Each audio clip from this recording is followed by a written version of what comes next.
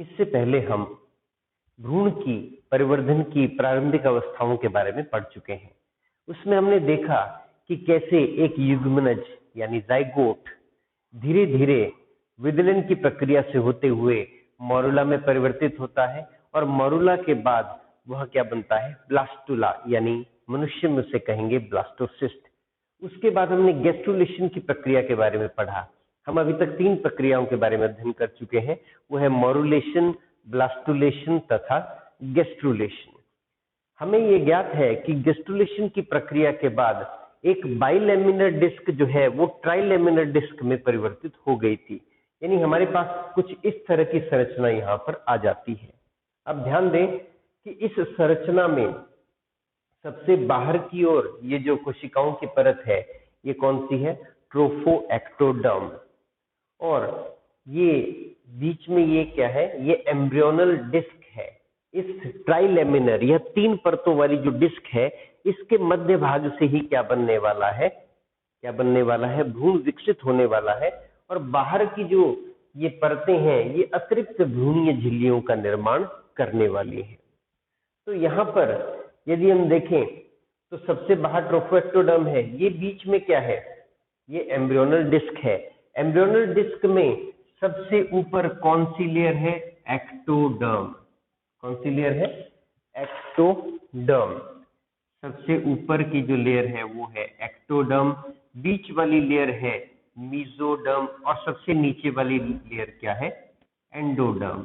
और ये तीनों क्या है, ये तीनों भ्रूणीय क्या है, परतें हैं। ये तीनों भ्रूणीय एक्टोडर्म, भ्रूणीय मेसोडर्म तथा भ्रूणीय एंडोडर्म होती हैं। इसके अतिरिक्त जिन्हें हम बाहर एक्टोडर्म तथा एंडोडर्म कह रहे हैं वे अतिरिक्त भ्रूणीय एंडोडर्म, एक्टोडर्म तथा मेसोडर्म होंगी।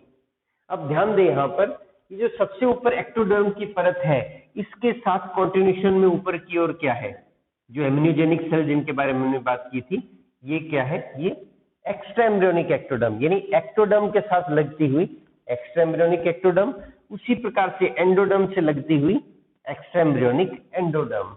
और बाहर की ओर क्या है, ट्रोफोएक्टोडर्म। ट्रोफोएक्टोडर्म और इन दोनों के बीच में इसको अंदर से आवरण और इसको बाहर से आवृत करने वाली, ये जिसको हमने डैश से दर्शा रखा है, ये डैश वाली जो 2 परतें हैं ये दोनों है एक्स्ट्रा एम्ब्रियोनिक मेसोडर्म, जिसे हमने ई मेसोडर्म लिख रखा है। उसी प्रकार से extra embryonic endoderm, extra embryonic ectoderm इसको हम कहते हैं। अब यहां तक के परिवर्धन में गैस्ट्रुलेशन का कार्य पूरा हो चुका है। गैस्ट्रुलेशन के अंत में विदलन रुक जाते हैं और अब सामान्य माइटोसिस इसके बाद आगे बढ़ने वाला है। विदलन की प्रक्रिया यहाँ पे लगभग रुक जाती है और इसी डिस्क से एमनियोटिक कैविटी, ये ऊपर वाली कैविटी को एमनियोटिक कैविटी कहते हैं और इसको हमने कहा था प्रिमिटिव गट या आर्किन्टेरॉन कैविटी भी इसको कहते हैं।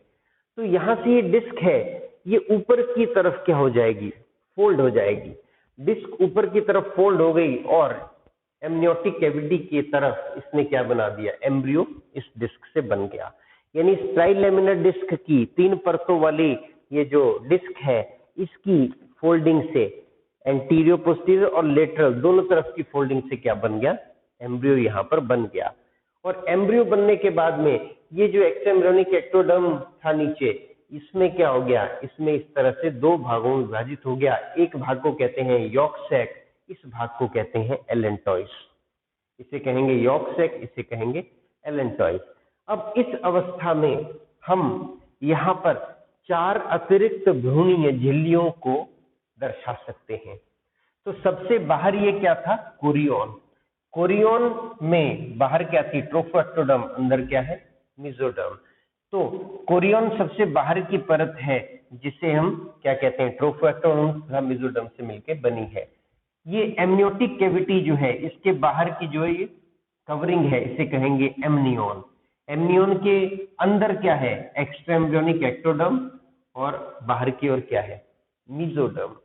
और उसी प्रकार से यॉर्क सैक की अगर हम बात करें तो ये वाला भाग यॉर्क सैक है, ये वाला भाग एलेंटॉइस है। यॉर्क सैक के अंदर एक्स्ट्रा एम्ब्रियोनिक एक्टोडर्म और बाहर एक्स्ट्रा एम्ब्रियोनिक मेसोडर्म।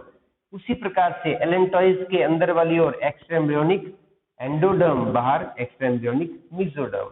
यानी यदि आपसे पूछा जाए कि कौन कौन सी जो एक्स्ट्रा एम्ब्रियोनिक मेम्ब्रेन है किस किस चीज की बनी होती है, तो ध्यान दें कोरियोन बाहर से अंदर की तरफ अगर हम लिखेंगे तो बाहर से अंदर की तरफ सभी को लिखते हैं, तो बाहर से अंदर की तरफ, बाहर की तरफ क्या होगा, एक्स्ट्रा एम्ब्रियोनिक एक्टोडर्म यानी ट्रोफोएक्टोडर्म, और अंदर की ओर क्या है, एक्स्ट्रा एम्ब्रियोनिक मेसोडर्म। उसी प्रकार से एमनियन को भी यदि हम बाहर से अंदर की तरफ लिखें तो क्या है, मेसोडर्म बाहर की तरफ, एक्स्ट्रा एम्ब्रियोनिक, और अंदर की तरफ एक्टोडर्म। ये भी तो एक्स्ट्रा एम्ब्रियोनिक एक्टोडर्म ही है, एक्टोडर्म के साथ कॉन्टिन्यूएशन। इसी के साथ यॉर्क सैक को यदि हम बाहर से अंदर की ओर लिखें तो क्या होगा, मेसोडर्म बाहर की तरफ, अंदर की तरफ क्या है, एंडोडर्म। उसी प्रकार से एलेंटोइस को बाहर से अंदर की ओर लिखें तो बाहर की ओर क्या है, मेसोडर्म, और अंदर की ओर एंडोडर्म। अब ध्यान दें यहां पर कि अतिरिक्त भ्रूणीय झिल्लियां किस किस से बनी है।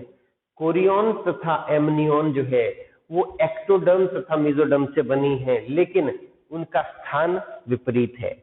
कोरियन में एक्टोडर्म बाहर की तरफ, मेसोडर्म अंदर की तरफ, और एमनियन में मेसोडर्म बाहर की तरफ और एक्टोडर्म अंदर की ओर। यानी इन दोनों की क्या है, कंपोजिशन तो सेम है, बस स्थान उल्टा है। उसी प्रकार से यॉर्क और एलेंटोइस को देखें तो इनमें स्थान भी एक जैसा है और कंपोजिशन भी एक जैसी। मीजोएंडो, ये भी मीजोएंडो का बना हुआ है। तो ये चार अतिरिक्त भ्रूणीय झिल्लियों के बारे में हमने यहाँ पर बात की। इन चारों अतिरिक्त भ्रूणीय झिल्लियों में देखें तो प्रत्येक झिल्ली का अपना एक फंक्शन होता है। फंक्शन क्या होता है, सबसे पहले अगर हम कोरियन को देखें तो ये सुरक्षात्मक आवरण है, सुरक्षात्मक आवरण है, और इसी आवरण से आरंभिक अवस्था में भ्रूण के चारों तरफ अंगुली समान प्रवर्ध बनते हैं। इस प्रकार से अंगुली समान प्रवर्ध बनते हैं जिन्हें कोरियोनिक विलाई कहा जाता है। कोरियन से बनी हुई अंगुली समान प्रवर्ध। तो ये कोरियोनिक विलाई शुरू में तो चारों तरफ होते हैं लेकिन बाद में केवल एक स्थान पर आ जाते हैं। तो ये कोरियोनिक विलाई है और इसी से आगे चल के प्लेसेंटा का निर्माण होने वाला है। तो कोरियन जो है वो प्रोटेक्शन भी करती है तथा पोषण के प्रदान में भी सहायता करती है। दूसरा एमनियन। एमनियन जो है वो इसके भीतर क्या रहता है, एमनियोटिक द्रव्य भरा रहता है और उसी द्रव्य में जो है एम्ब्रियो पलता है। तो यह एम्ब्रियो को सूखने से बचाता है, भ्रूण को सूखने से बचाता है। यानी एमनियन का कार्य हो गया to prevent the desiccation. Desiccation का अर्थ क्या है, सूख जाना। तो सूखने से कौन बचाता है, एमनियन। तो एक मेम्ब्रेन का कार्य क्या हो गया, सुरक्षा तथा पोषण। इसका क्या हो गया, इसका हो गया इसका सूखने से बचाना। अब हम यॉर्क सैक की बात करते हैं। यॉर्क सैक का अगर हम आरंभिक अवस्था में देखें तो आरंभिक अवस्था में जितना एम्ब्रियो है उससे अधिक क्या है, यॉर्क सैक है। और यॉर्क सैक जो है अगर मनुष्य में न देखें, किसी दूसरे जीवों में जैसे कि मुर्गी के अंडे में देखें उसमें यॉर्क सैक होता है, यॉर्क की मात्रा काफी ज्यादा होती है, उसी में यॉर्क सैक होता है। तो ये यॉर्क सैक इत्यादि जो है वो क्या करते हैं, ये भ्रूण को पोषण प्रदान करते हैं। और एलेंटोइस क्या करते हैं, ये वहां से वेस्ट मटेरियल यानी उत्सर्जी पदार्थों को जमा करता है। तो यदि हम अन्य जीवों में देखें तो यॉर्क सैक का कार्य क्या है, यॉर्क सैक का कार्य जो है अन्य जीवों में क्या है, पोषण प्रदान करना, और एलेंटोइस का कार्य क्या है, उत्सर्जी पदार्थों का जमा करना। यानी इसका हो गया न्यूट्रिशन, इसका क्या हो गया, एक्सक्रीशन। लेकिन जब हम मनुष्य की बात करते हैं तो मनुष्य में यॉर्क सैक जो है ये आगे चल के क्या होता है, रिड्यूस हो जाता है। जैसे इस डायग्राम में हम देखेंगे आगे चल के रिड्यूस हो, यानी मनुष्य में यॉर्क सैक और एलेंटोइस जो कार्य पक्षियों में करते हैं वो ये मनुष्य में नहीं करते हैं। तो यॉर्क सैक और एलेंटोइस दोनों अपने सामान्य कार्य न करके कुछ और कार्य करते हैं। अब देखें यहाँ पर ये धीरे धीरे भ्रूण विकसित हो रहा है, बढ़ता जा रहा है, एमनियोटिक कैविटी में एमनियोटिक द्रव्य बढ़ता जा रहा है और यॉर्क सैक तथा एलेंटोइस छोटे होते जा रहे हैं। ये धीरे धीरे छोटे होते जा रहे हैं और यॉर्क सैक केवल एक ट्यूब नुमा संरचना के रूप में ही रह जाता है, केवल एक ट्यूब नुमा। यानी यॉर्क सैक मनुष्यों में डेवलप्ड नहीं होता है, विकसित नहीं होता है। एलेंटोइस जो है वो क्या करता है, एलेंटोइस की जो मेसोडर्म है वो बनाती है जो नाभि रज्जु यानी जिसे अम्बिलिकल कॉर्ड कहते हैं, उसकी जो रक्त वाहिनियां हैं, यानी यहाँ से जो रक्त जो भ्रूण को मिलेगा और वापस जो है वो जाएगा यहाँ तक, तो वो कौन बनाता है? वो बनाता है एलेंटॉइस। यानी एलेंटॉइस जो है उसकी जो मेसोडर्म है वहां से क्या बनती है? रक्त वाहिनियां। किसकी रक्त वाहिनियां? अम्बिलिकल कॉर्ड यानी नाभि रज्जु की रक्त वाहिनियां वहां से बनती है। अब ये यहाँ पर यदि हम देखें तो इससे अगली अवस्था ये है जिसमें एम्ब्रियो विकसित हो रहा है। अम्बिलिकल कॉर्ड क्या हो गया है? ये यहाँ से ऐसे बढ़ गया है। और अम्बिलिकल कॉर्ड क्या है? बेसिकली अम्बिलिकल कॉर्ड के चारों तरफ ये क्या है? ये वाली परत कौन सी है? एमनियोन। एमनियोन ने एक रस्सी नुमा संरचना को चारों तरफ से घेर रखा है और उसके अंदर रिड्यूस्ड यॉर्क सैक है ट्यूब नुमा और एलेंटॉइज है, जो कि मिल करके क्या बनाते हैं? नाभि रज्जु या अम्बिलिकल कॉर्ड, जो परिवर्धित हो रहे भ्रूण की नाभि से जुड़ा रहता है और यहीं से इसको पोषण जो है वो प्रदान होता है।